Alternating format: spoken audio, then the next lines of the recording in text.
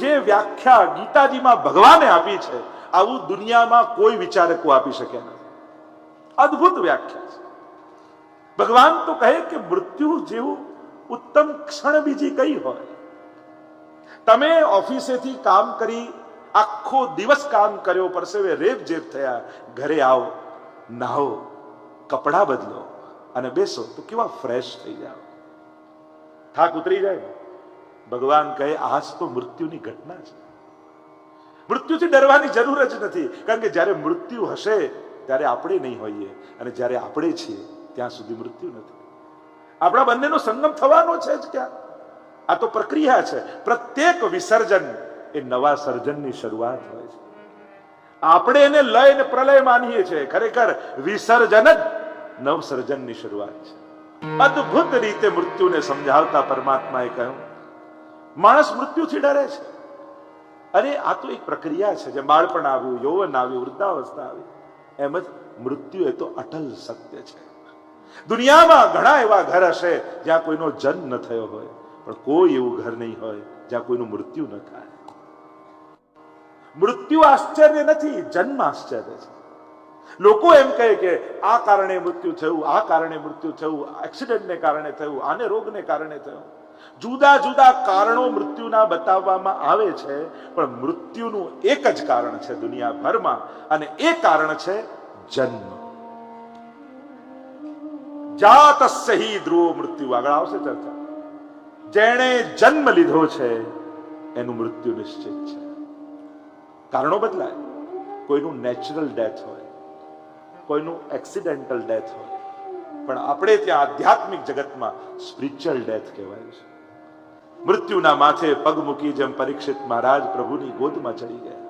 આધ્યાત્મિક ગમન, અદ્ભુત ઘટના આધ્યાત્મિક માર્ગમાં. ને દરેક ધર્મમાં જુદા જુદા પ્રકારથી આ રીતે સ્વધામ ગમનની પ્રક્રિયાઓ છે.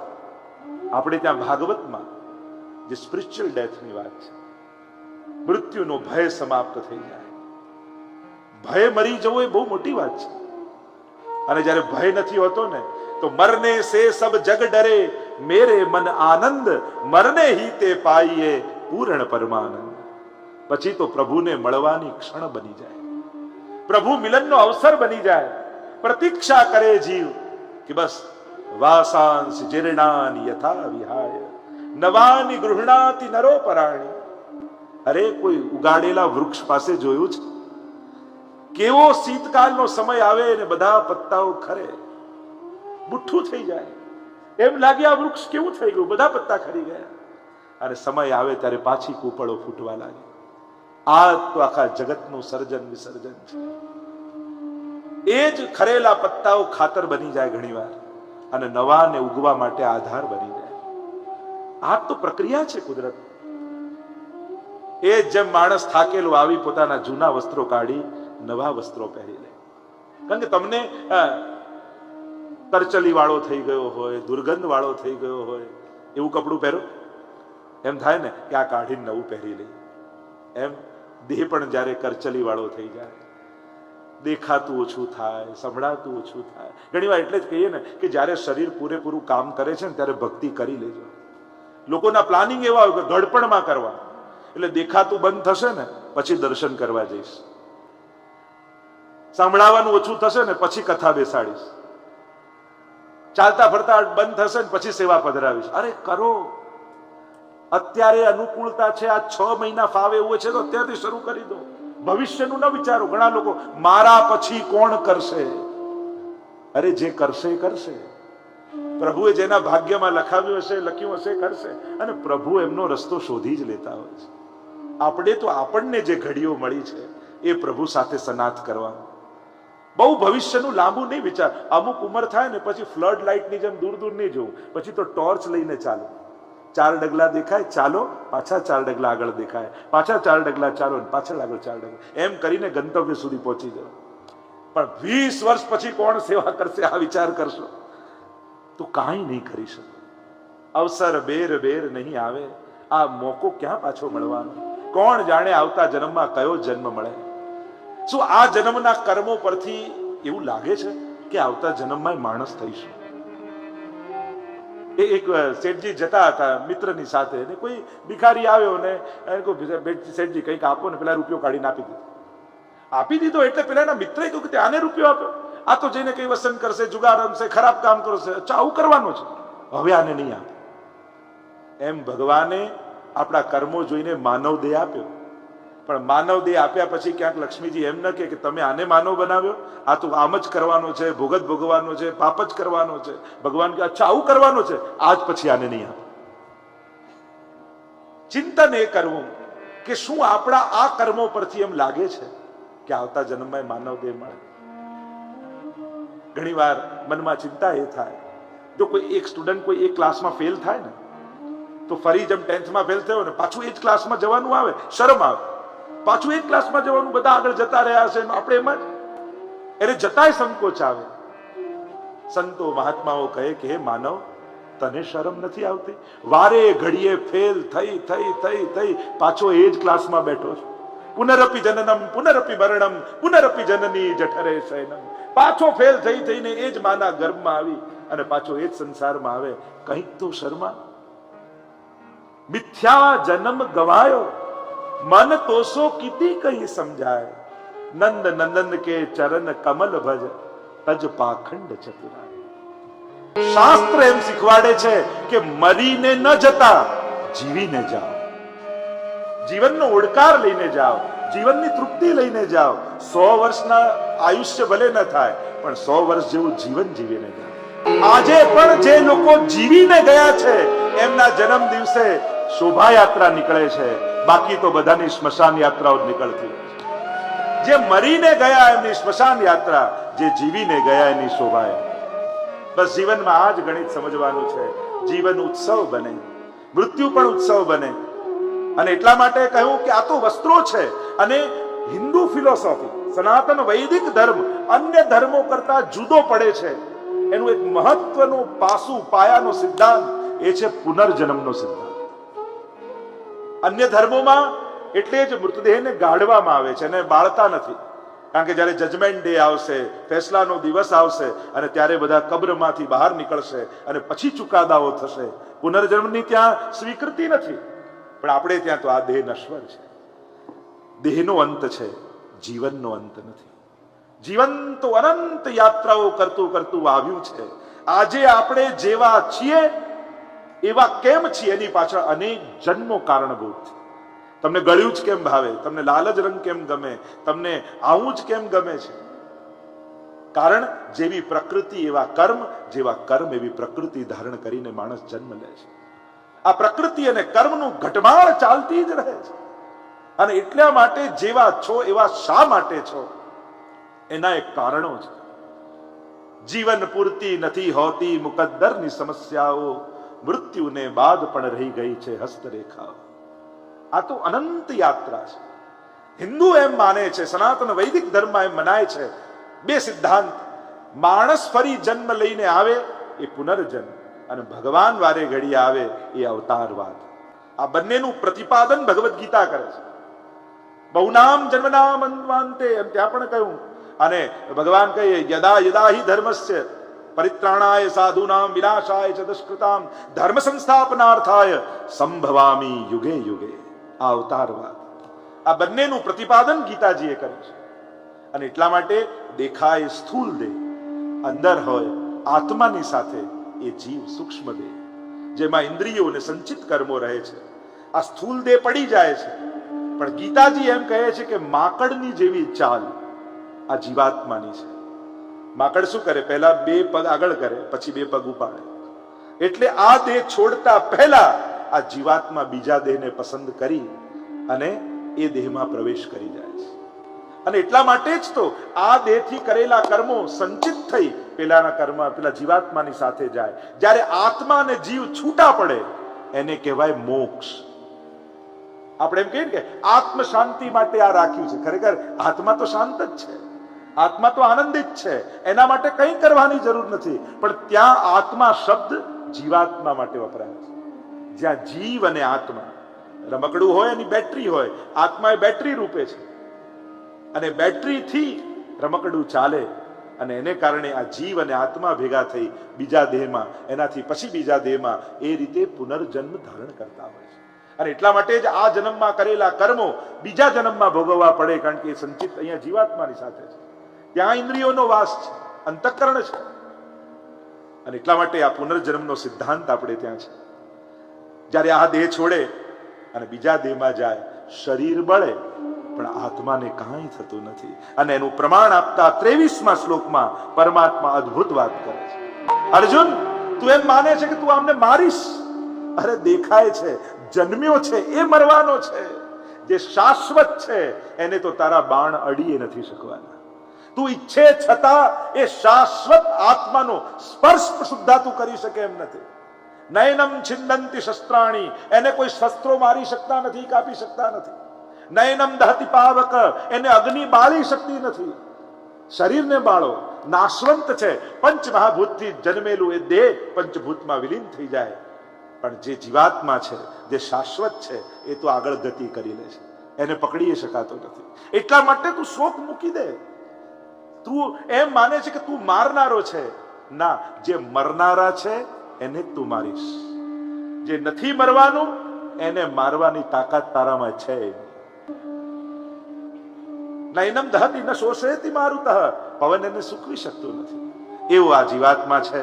આગળ 27મા શ્લોકમાં પરમાત્મા સમજાવતા અદ્ભુત વાત કરે છે કે તું શોક કરે છે મારવાનો, જીવાડવાનો, પણ જે જન્મ્યો છે એનું મૃત્યુ નિશ્ચિત છે. એ સમજાવતા 27મા શ્લોકમાં પ્રભુ બોલ્યા, જાતસ્સહિ ધ્રુવો મૃત્યુ, જન્મ્યો છે એનું મૃત્યુ નિશ્ચિત છે, અને મરે એનું જન્મ નિશ્ચિત છે. આ તો ઘટમાળ ચાલતી જ રહેવાની, અનાદિકાળથી ચાલતી આવી છે, અને એટલા માટે એ રોકી શકાતું નથી. મૃત્યુનો સમય, મૃત્યુનું કારણ, મૃત્યુનું સ્થળ, આ બધું નક્કી જ હોય છે. હાનિ લાભ જીવન મરણ જસ અપજસ વિધિ હાથ, આટલું પરમાત્માના હાથમાં છે, વિધાતાના હાથમાં છે, કુદરતના હાથમાં છે. અને કુદરતની ઘટમાળમાં કોઈ વ્યક્તિ એટલો મહત્વનો નથી કે ભગવાન એને ઇન્ટેન્શનલી મારે. ધર્મની સ્થાપના માટે અસુરોને મારે જુદી વાત છે, એ પણ મારતા નથી, ઉદ્ધાર જ કરે છે. આ તો એક ઘટમાળ છે કુદરતની. આ રીતે જ સર્જન અને વિસર્જન જગતના થતા જ રહ્યા છે. જીવો આવે છે અને જાય છે. ભગવાન જો જે પાયલોટ હોય ને, એકવાર ટેક ઓફ કરી લે પછી ઓટો પાયલોટ પર મૂકી દે પ્લેન, પછી એ ચાલ્યા કરે પોતાની. એમ ભગવાને આખી સૃષ્ટિ ઓટો પાયલોટ પર મૂકેલી છે. એ એની રીતે સર્જન અને વિસર્જન એનું ચાલ્યા જ કરે છે. એમાં ભગવાને દુઃખ આપ્યું ને ભગવાને આપ્યું ને ભગવાને મૃત્યુ આપ્યું. ભગવાન અને દુઃખ આ બે શબ્દો ભેગા થઈ જ ન શકે. સૂર્ય અને અંધારું આ બંને શબ્દો ભેગા થઈ જ ન શકે. કારણ કે જ્યાં સૂર્ય છે ત્યાં અંધારું ક્યાંથી રહે? જ્યાં ભગવાન હોય ત્યાં દુઃખ ક્યાંથી રહે? એની પાસે હોય તો આપે. જે સર્વાંગ આનંદ માત્ર કરપાદ મુખોદરાદી, જે સર્વાંગ આનંદમય છે એ પરમાત્મા દુઃખ આપી જ ન શકે, કારણ કે એની પાસે છે જ નહીં. અને એટલા માટે કોઈ એમ કે ભગવાને આને દુઃખ આપ્યું, એવા શબ્દો પણ નહીં વાપરે.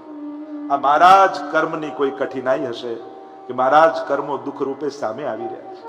એટલે જ મહાપ્રભુજી વિવેક ધૈર્યાશ્રયમાં કેટલો સુંદર ઉપાય આપે છે. ત્રિદુઃખ સહનમ ધૈર્યમ મામૃતે સર્વત સદા તક્રવત દેવત ભાવ્યમ જડવત ગોપ ભાર્યાવત. ત્રણેય દુઃખો સહન કરો. કેમ? તમારા જ પેદા કરેલા છે. વ્યક્તિઓ બદલાય પણ વ્યક્તિઓને પ્રેરનારા આપણા જ પાપો હતા. કોઈ પણ દુઃખને ખોદશો તો ક્યાંક આપણા જ કર્મો નીકળશે. અને જે દિવસે પોતાના દુઃખ માટે કારણભૂત પોતાને માનવા લાગીએ ને, એ દિવસે દુઃખ હળવું થઈ જાય. જ્યાં સુધી બીજા કારણ લાગે ને ત્યાં સુધી મન બેચેન રહે. આણે દુઃખ આપ્યું, આણે દુઃખ આપ્યું, આણે દુઃખ આપ્યું. અને માણસની ચતુરાઈ કેવી? સુખ આવે તો મારી હોશિયારી, મારી ચતુરાઈ, જેની પાસે આ મળ્યું હોય એને આપ્યું એવું ના લાગે. સુખ હંમેશા મેળવેલું લાગે અને દુઃખ હંમેશા બીજાએ આપેલું લાગે. સુખના કારણમાં પોતાને માને અને દુઃખના કારણમાં બીજાને માને. માણસની ચતુરાઈ તો જો, આ હોશિયારી છે માણસ. જો સુખના કારણ તમે બનો છો તો દુઃખના એ કારણ આપણે જ છીએ. જોવાની વૃત્તિ હોય, આજ એક ફૂલ હોય, આને હું અહીંયાથી જોઉં તો નાનું લાગે, અહીંયાથી જોઉં તો મને ફૂલ જ દેખાય, તમે નથી દેખાતા.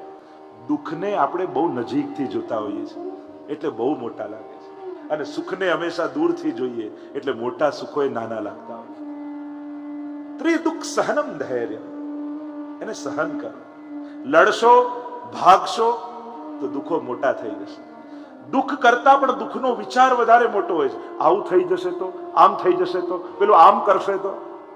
પણ જ્યારે એમ થાય ને જે થાય મારે સહન કરવું છે, એ દિવસે બધા જ દુઃખો સમાપ્ત થઈ જાય. દુઃખનો ભય કાઢી નાખવાથી દુઃખો જતા રહેશે. દુઃખના ભયમાંથી મુક્ત થાવ.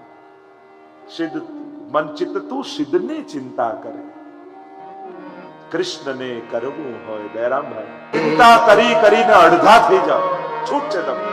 પણ એ ચિંતા કરવાની છૂટ જેનાથી કઈ ફેર પડવાનો, કાંઈ ફેર પડવાનો નથી. કદાચ આ ફેરમાં એટલું પડે તમારું બીપી હાઈ થઈ જાય, તમારું સુગર હાઈ થાય, બસ એટલો ફેર. એટલે દુઃખમાં વધારો થાય. એ ચિંતા કરવાની છૂટ છે જેનાથી કઈ ફેર થવાનો. આ તો એ પોતે નટવર છે અને કઠપુતલીનો ખેલ કરનારો જે માંગણીઓમાં ફેરવે, કોઈકને લડાવે, કોઈને રમાડે, કોઈને હસાવે, કોઈને મિલાવે. જ્યારે હાથ દેખાવા લાગે ને પછી પેલા કઠપુતલીના ખેલમાં રસ જતા રહે.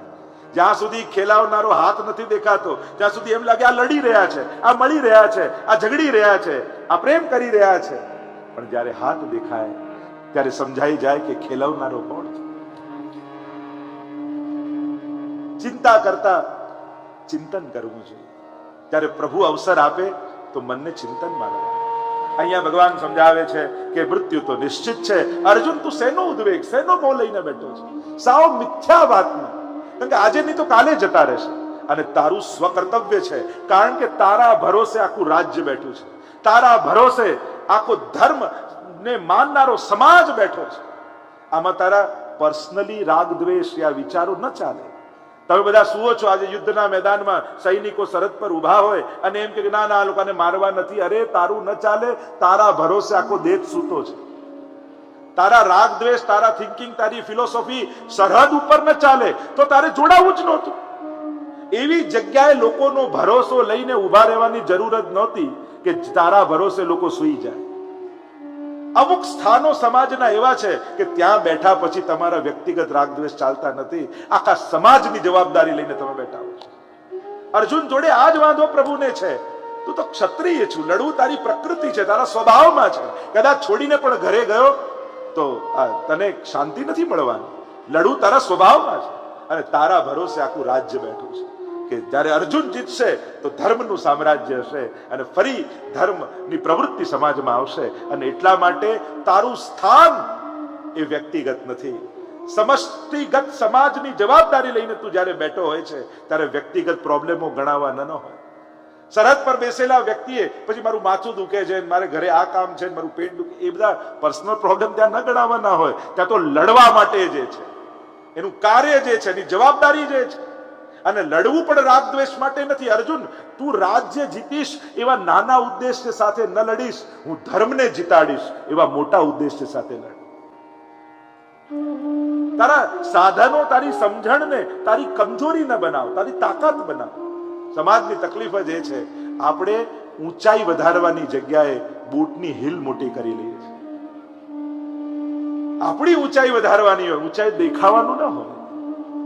અને ઊંચા દેખાવામાં ક્યાંક સ્વકર્તવ્યોથી જો ભાગી જશો તો અપયશ સિવાય કઈ નહીં મળે. ભગવાન તો આગળ 37મા શ્લોકમાં અર્જુનને કહે છે, તારા તો બંને હાથમાં લાડવા છે. કદાચ લડતા લડતા મરી જાય તો ક્ષત્રિય માટે તો કહેવાય છે કે યુદ્ધના મેદાનમાં મરે તો સ્વર્ગને પ્રાપ્ત થાય, અને જીતી જઈશ તો રાજ્ય તો તારું છે. અને એટલા માટે 37મા શ્લોકમાં તમે આપણે બધા સાથે મળીને વાંચન કરીએ. कितनी सुंदर बात परमात्मा ने कही. जो घણીવાર परमात्मा એને કન્વિન્સ કરવા માટે કેટલી અદ્ભુતતા આપે છે, અદ્ભુત રીતે સમજાવે છે. તને તો કોઈ પણ વાતમાં નુકસાન છે જ નહીં લડવાનું, પણ જો જતો રહ્યો તો આખો ઇતિહાસ તને માફ નહીં કરે, આ ભારત વર્ષ તને માફ નહીં કરે. કારણ કે લોકસ તદનું વર્તતે, આગળ ભગવાન કહે છે લોકો શ્રેષ્ઠીઓનું અનુકરણ કરનારા છે. ઊંચા સ્થાન પર બેસેલા લોકો જ્યારે પોતાના સામર્થ્યને છોડી દે છે, સમજણને છોડી દે છે, ખોટા નિર્ણયો કરે છે, ત્યારે લોકો એને પ્રેરણા લેતા હોય છે, લોકો એને ફોલો કરતા હોય છે, લોકો એની અનુકરણ કરે છે. ભારતના પતનનું તમે જો આખું કારણ જુઓ તો ભારતના ઇતિહાસને તમે પાછળ જાઓ તો ઋષિ મુનિઓ આદર્શ હતા, સમાજના હીરો એ હતા. અને સમાજ એમને ફોલો કરતો. પછી રાજા મહારાજાઓ આવ્યા ભારત વર્ષમાં, શ્રેષ્ઠ રાજા મહારાજા, તપસ્વીઓ, દાનવીરો, અદ્ભુત કાર્યો સમાજ માટે કર્યા. લોકોના એ આઈડલ બન્યા, લોકો એમને ફોલો કરતા થયા. પછી સોશિયલ વર્કરો આવ્યા, સમાજ સેવકો આવ્યા, મોટા મોટા નેતાઓ, અદ્ભુત અદ્ભુત નેતાઓ. 100 વર્ષ પહેલાના ઇતિહાસમાં જુઓ તો પોતાનો બધી જ સુખનો ભોગ આપી સમાજ માટે અદ્ભુત 500 વર્ષથી આપણા આચાર્યોની પરંપરાઓથી લઈ, કારણ કે પછી આચાર્યોનો યુગ આવ્યો રાજા મહારાજાઓ પછી. શ્રેષ્ઠ આચાર્યો 500 વર્ષ પહેલા તમે જુઓ, વલ્લભાચાર્ય હોય, શંકરાચાર્ય, રામાનુજાચાર્ય, મધ્વાચાર્ય, નિંબાર્કાચાર્ય, કેવા કેવા પ્રતાપી આચાર્યો થયા. આખા ભારત વર્ષમાં પરિભ્રમણ કરી નાના નાના ગામડાઓ સુધી જઈ અને ભક્તિ અને સંસ્કારની જ્યોત પ્રગટાવી. આ રસ્તાઓ તો હવે બન્યા ને હવે સ્કૂલો અને હોસ્પિટલો થયા, આજથી 500 ને 1000 વર્ષ પહેલા અમારા ધર્માચાર્યો રસ્તાઓ નહોતા ત્યારે પણ ગામડે ગામડે જઈ લોકોને સંસ્કારી કર્યા છે, સંસ્કૃત કર્યા છે. કઈ રીતે સમાજમાં જીવવું ધર્મશીલ થઈને. ત્યારે ક્યાં ટીવી હતા, ક્યાં મોબાઈલ હતા, ક્યાં પેપર હતા, ક્યાં બુક્સ હતી. ધર્માચાર્યોનું યોગદાન ધાર્મિક રૂપે અને આધ્યાત્મિક રૂપે તો તમે જુઓ છો, પણ સામાજિક ઉત્થાન રૂપે તમે જુઓ કેવી ક્રાંતિ. પુષ્ટિ માર્ગમાં ગુસાઈજી પ્રભુચરણ મહાપ્રભુજી આજે પણ સૌરાષ્ટ્રના નાનકડા ગામમાં રહેનારો ખેડૂત આખો દિવસ ખેતી કરીને રાતના સત્સંગમાં બેસે. મોટા મોટા અઘરા અઘરા રાગો જે ઘરાનાઓમાં પુરાયેલા હતા, મહાપ્રભુજીની કૃપાથી એ ગામડાનો ખેડૂત એ રાગોને ગાતો થઈ ગયો. આસાવરી રાગમાં કીર્તન ગાય, સારંગ રાગમાં કીર્તન ગાય. વિચાર કરો, જે સંગીતના ઘરાનાઓમાં પુરાયેલા હતા રાગીનીઓ, એ સાધારણ જન સમાજ સુધી કોણે પહોંચાડે? અદ્ભુત યોગદાન આપણા આચાર્યોનું છે. આજે કહેવાય કે 5 કરોડ વૈષ્ણવ છે, વલ્લભ કુલ કેટલા? મેક્સિમમ 200, યા એમાં પણ સક્રિય યુવાનો જે બહાર જઈ શકતા એમાં 50. તો દરેક સમયકાળમાં લગભગ 50 જેટલા વલ્લભકુલ સક્રિય રહ્યા. 50 વલ્લભકુલ એટલે કદાચ 200 વલ્લભકુલ 5 કરોડ વૈષ્ણવોને બ્રહ્મ સંબંધ આપ્યા. એ કોઈ ઘરે બેઠા તો નહીં આપ્યા હોય. ગામડે ગામડે કેવો પરિશ્રમ લીધો છે, એ તો ક્યારે ઇતિહાસે વલ્લભકુલનો પરિશ્રમ જોયો જ નથી કે આ બધું ક્યારે થયું.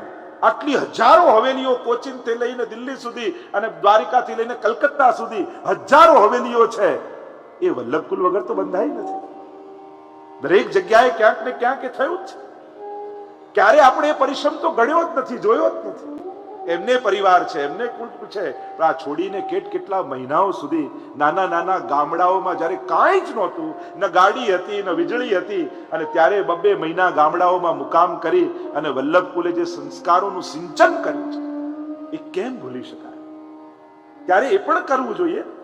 એ તો આપણે ક્યારેક ગણતા જ નથી.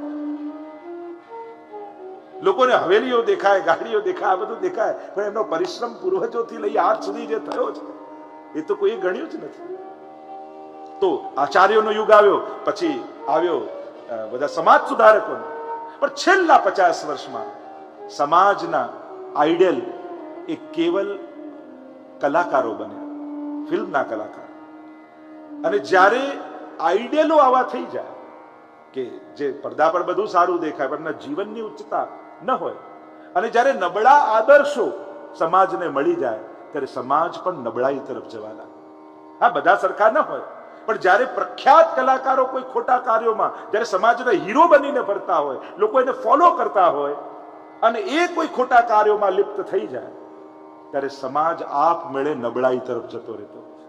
અને એટલા માટે હું તો કોઈ બાળકોને પણ એનો કોઈ હીરો હોય તો કોઈ સ્પોર્ટ્સમેનને બનાવજો, કોઈ સોશિયલ વર્કરને બનાવજો, કોઈ આચાર્યોને બનાવજો, કોઈ એવા જ લોકોને એનો આઈડિયલ બનાવજો કે એને જીવન ઉત્થાન કરવાની ઈચ્છા થાય. કારણ કે જ્યારે આદર્શો નબળા થઈ જશે તો સમાજ મહેનત કરવાનું મૂકી અને એક જ દિશા તરફ જવા લાગશે. એટલે આ ચિંતનીય વિષય છે. અહીંયા ભગવાન સુંદર રીતે સમજાવતા અર્જુનને કે તારા તો બંને હાથમાં લાડવા, મરી જઈશ અતો વા પ્રાપ્તસી સ્વર્ગમ, મરીશ તો ક્ષત્રિય મરે તો સ્વર્ગમાં જાય. અને અર્જુન જ નહીં, મહાભારત તો ત્યાં સુધી લખે છે, દુર્યોધન મર્યા પછી ક્યાં ગયો? તમને શું લાગે છે? મહાભારતમાં લખ્યું એ પણ સ્વર્ગમાં ગયો. કારણ સ્વકર્તવ્યો નિભાવતો ક્ષત્રિય મરે. કહેવાય કે દેવતાઓએ પુષ્પવૃષ્ટિ કરી. હા, કેટલો ટાઈમ રહ્યો એ ખબર નથી. ઘણીવાર વાયા જતા હોય ને, જવું હોય ઇથોપિયા અને સ્વિટ્ઝરલેન્ડ કલાક રોકાવાનું હોય પ્લેન, અને કોઈ કહે કે સ્વિટ્ઝરલેન્ડ થઈને આવ્યો, અરે જવાનું તો ઇથોપિયા હતું. તો તો આમ બાયા ક્યાં ગયો ખબર નહીં, પણ સ્વર્ગમાં એની ગતિ થઈ. દેવતાઓએ પુષ્પવૃષ્ટિ કરી. કેમ? કારણ કે ભાગીને નથી ગયો, લડીને મર્યો છે. ધર્મ અને અધર્મ એક બાજુ છે, પણ સ્વધર્મ નિભાવતા નિભાવતા મરો તોય સ્વર્ગ મળે એમ શાસ્ત્ર કહે છે. તો દુર્યોધનને પણ સ્વર્ગમાં ગતિ બતાવી છે. તો હતો પ્રાપ્સ્યસી સ્વર્ગમ જીત્વા વા ભોક્ષ્યસે મહિમ, અને જીતીશ તો તને રાજ્ય મળવાનું જ છે.